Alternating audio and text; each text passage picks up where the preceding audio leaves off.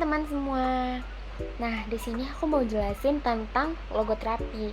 Tapi sebelum itu aku mau tanya nih, teman-teman semua pernah nggak sih ngerasa kalau kalian itu bingung sama tujuan hidup kalian? Ngerasa kehilangan semangat atau ngerasa hidup kalian itu kosong? Nah, sebenarnya kondisi kayak gini nih bener-bener wajar dan bisa banget nih dialami oleh siapa aja. Nah, jadi menurut Viktor Frank yang merupakan seorang psikiater yang mengembangin nih si logoterapi ini. Nah, dia itu ngasih tahu kalau sebenarnya hal yang paling dicari oleh manusia itu bukan tentang kesuksesan atau kesenangan doang aja, tapi juga tentang makna hidup loh gitu loh. Nah, artinya di sini tuh manusia juga pengen nih sadar, juga pengen ngerasain kalau hidupnya itu punya tujuan dan punya alasan yang jelas nih buat dijalani gitu. Nah, logoterapi sendiri itu merupakan pendekatan terapi yang berfokus pada pencarian makna hidup. Nah, dalam logoterapi, seorang ini bakal diajak nih untuk pahami gimana sih setiap pengalaman hidup yang dialami, baik maupun baik ataupun menyenangkan, baik sama menyenangkan sama aja ya. Maksudnya itu kalau baik ataupun menyakitkan itu tetap bakalan punya makna hidupnya sendiri yang bisa dipelajari. Nah, si Victor ini juga percaya nih kalau walaupun kita itu nggak selalu bisa mengendalikan apa yang terjadi dalam hidup kita, tapi kita tetap punya nih kebebasan untuk memilih bagaimana sih cara kita menyikapi keadaan tersebut. Nah, jadi ketika seseorang ini menghadapi masalahnya, penderitaannya, masalah lain-lainnya itu, dia tuh fokusnya itu bukan cuman pada masalahnya doang, tapi juga dia itu fokus sama makna yang bisa ditemukan dari pengalaman itu. Nah, melalui logoterapi ini si individu itu bakalan diusahain buat dibantu nih untuk ngenalin nilai-nilai yang penting dalam hidupnya. Nah, kayak menemukan tujuan yang ingin dia capai, serta juga dapat nih membangun harapan agar dapat menjalani kehidupan yang lebih bermakna. Nah, jadi menurut aku ya, bukan menurut aku sih, jadi intinya logoterapi ini adalah membantu seseorang nih buat nemuin alasan untuk terus melangkah dan menjalani hidup dengan lebih positif. Nah, karena ketika seseorang menemukan makna hidupnya, ia akan lebih mampu menghadapi berbagai tantangan yang akan datang. Nah, mungkin segitu aja ya penjelasan dari aku. Jadi kalian udah paham kan kalau sebenarnya logoterapi itu lebih ke mencari makna atau tujuan hidup. Nah, jadi selanjutnya ini aku mau liatin ada seseorang yang mau berbagi sama kita mengenai pengalaman hidup dia. Jadi tonton sampai habis ya. Bye bye. Baik, Assalamualaikum warahmatullahi wabarakatuh. Warahmatullahi wabarakatuh. Nah, sebelumnya perkenalkan Kak, aku mahasiswa psikologi yang pada kesempatan kali ini akan melakukan simulasi logoterapi. Nah, di sini aku mengucapkan terima kasih banyak karena Kakak udah berkesempatan untuk hadir pada sesi ini. Yang aku mau reminder dikit aja kalau misalnya sesi kita ini bersifat edukatif yang nantinya kalau semua kerahasiaannya itu akan dijaga.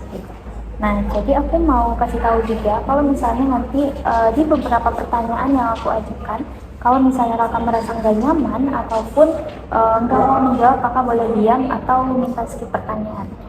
Oke? Nah, sebelumnya supaya kita lebih saling akrab, aku boleh minta kakak untuk memperkenalkan diri dulu. Sebelumnya aku perkenalkan kakak Putri Intan, biasa dipanggil Intan, juga mahasiswa dari Universitas Bengkulu. Oke. Nah, kakaknya itu lebih nyaman dipanggil Intan. Oke, Intan. Sebelumnya aku mau nanya, kakak mahasiswa semester berapa? Semester 6. Oke. Nah, mungkin nggak bisa kita langsung mulai aja. Nah, aku mau tanya nih Kak, akhir-akhir ini suasana hati atau yang Kakak rasain gimana? Capek. Capeknya aku lagi capek berpikiran sih. Karena banyak banyak aktivitas dan banyak tugas juga membuat semuanya dari fisik, pikiran juga. Berarti itu karena aktivitas, aku boleh tanya dulu nggak ini tuh aktivitas apa nih yang buat Kakak capek? Tugas dari kampus, tugas kuliah banyak banget. Oke, nah Kakak boleh cerita nggak akhir-akhir ini tuh apa sih yang paling membebani Kakak? Ada sih satu masalah yang membuat semuanya itu jadi lebih berat. Ini sih lebih ke pertemanan sih. Oke, pertemanan. Kalau kenapa Kakak bisa bilang masalah pertemanan? Itu kenapa? Karena gimana ya? Karena pertemanan itu nggak mempengaruhi semua beban pikiran yang itu tuh jadi berat semuanya. Titik kumpulnya ke sana. Jadi kayak di sini mungkin saya orangnya itu lebih senang bersama-sama, lebih suka rame-rame karena permasalahan ini agak membuat pikiran kacau gitu sih. Pikiran kacau, oke.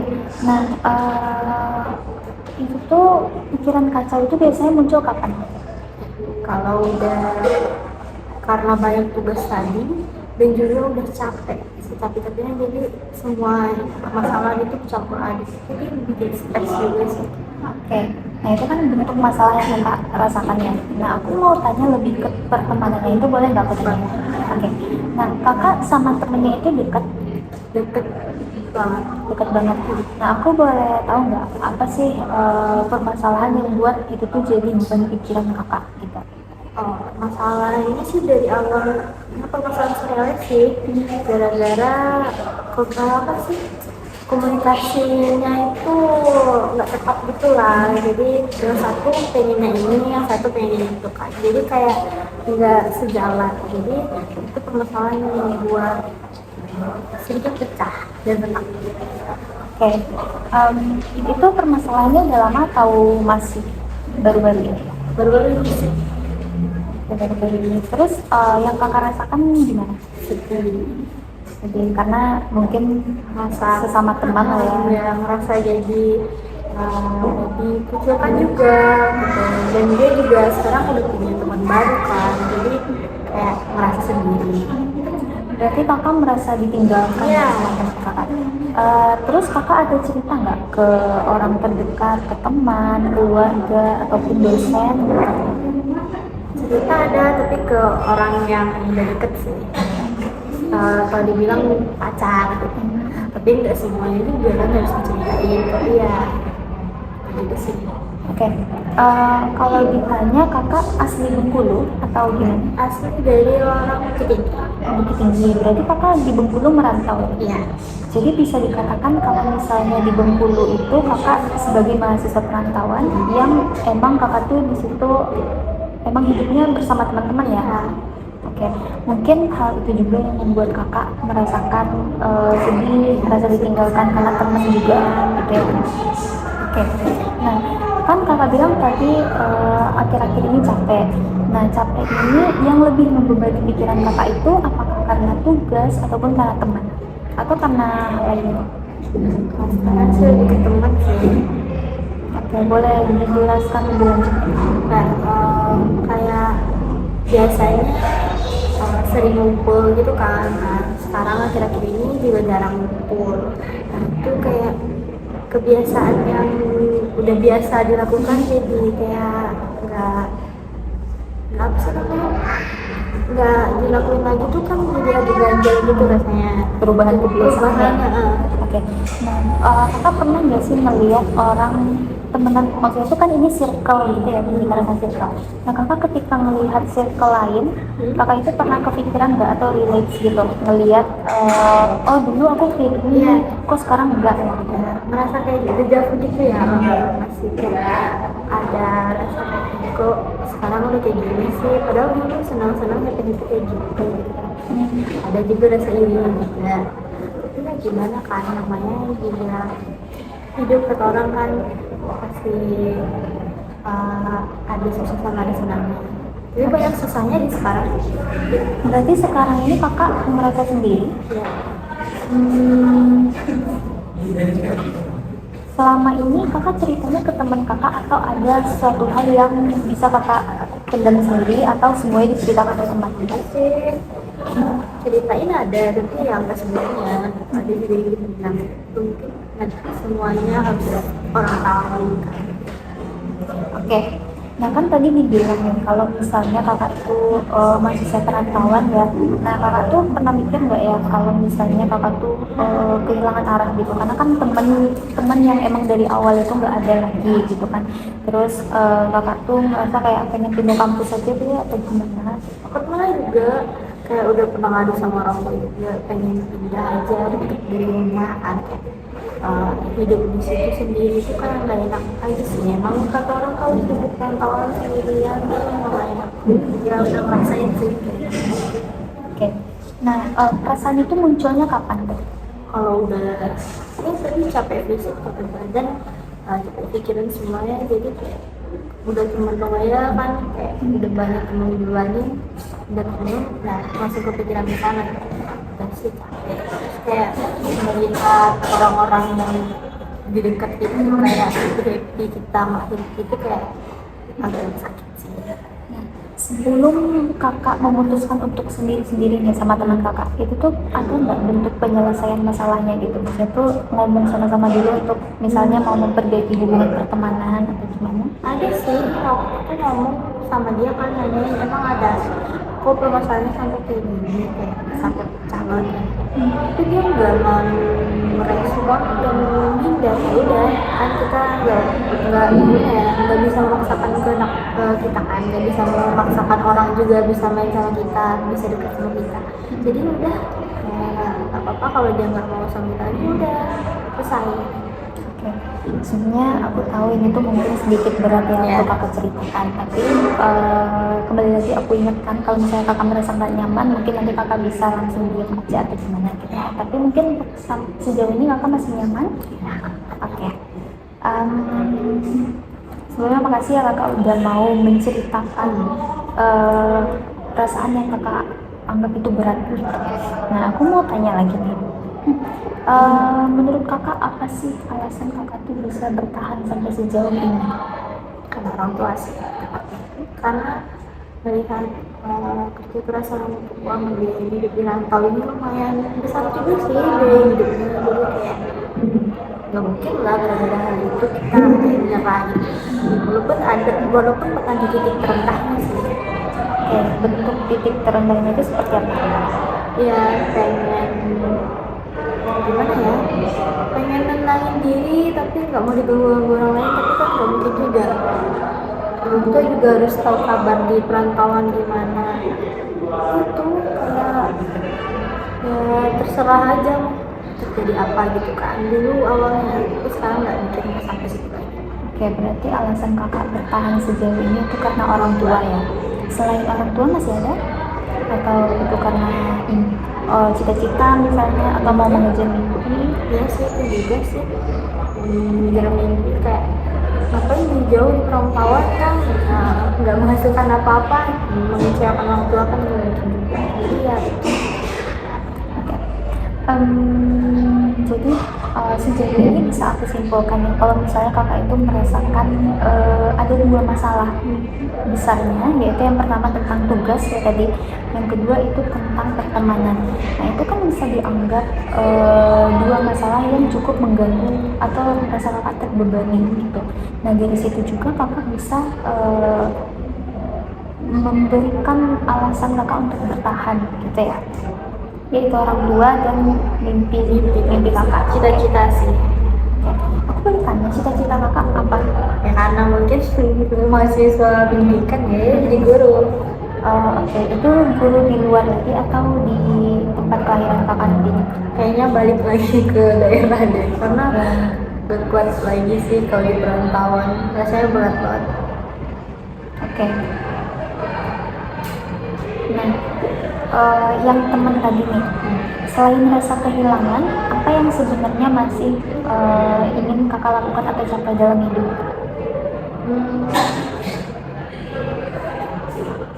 Apa ya? Ada nggak sih keinginan kakak yang belum tercapai gitu? Kayak ya selainnya kan membahagiakan orang tua. Oke. Tapi sih belum tercapai banget sih.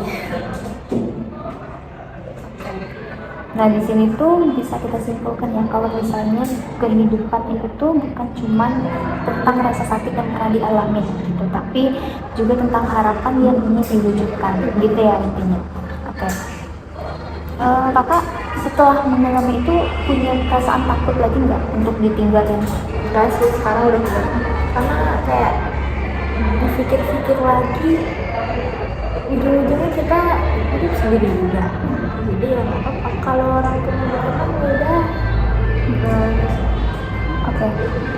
Kalau misalnya nih rasa takut itu masih ada, rasa takut untuk ditinggalkan itu masih ada, apakah hidup kakak harus berhenti hanya karena kemungkinan untuk ditinggalkan?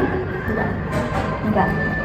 Kakak yakin? Ya, udah bulan 100%. Nah, berarti sebenarnya kakak itu tetap bisa gitu menjalani kehidupan walaupun kakak takut gitu kan, karena mahasiswa perantauan itu kan pasti banyak pikir ke arah yang negatif gitu kan, tapi kakak tetap bisa gitu, dan kakak menemukan makna kalau misalnya kakak tuh masih punya orang tua yang untuk dibanggakan. Kakak harus mencapai cita-cita kakak dulu untuk bisa jadi sukses dan dibahagiain orang tua. Oke. Nah, kadang pengalaman ditinggalkan itu kak, itu memang menyakitkan, tapi bukan berarti kakak itu kehilangan makna hidup kakak, karena balik lagi semua masalah yang muncul dalam hidup kita itu pasti punya maknanya, dan kebanyakan orang itu belajar dari pengalamannya, dan itu relate nggak ya kak? Relate banget. Oke.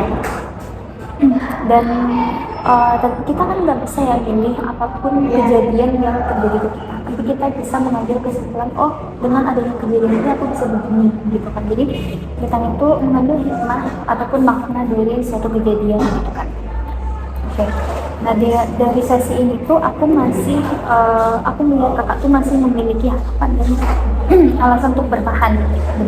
Nah, aku mengucapkan terima kasih karena kakak udah menyampaikan ini gitu. Atau sebelum sesi ini ditutup, apakah masih ada yang ingin disampaikan? Oke, cukup. Nah, semoga setelah ini kakak bisa jauh lebih tenang ya, karena dikatakan ini tuh kan merupakan emosi negatif yang kakak pendam ya. Dan aku harap dengan cerita ini dapat mengeluarkan beban kakak sedikit, dan semoga semakin lancar kuliahnya ya kak. Terima kasih ya.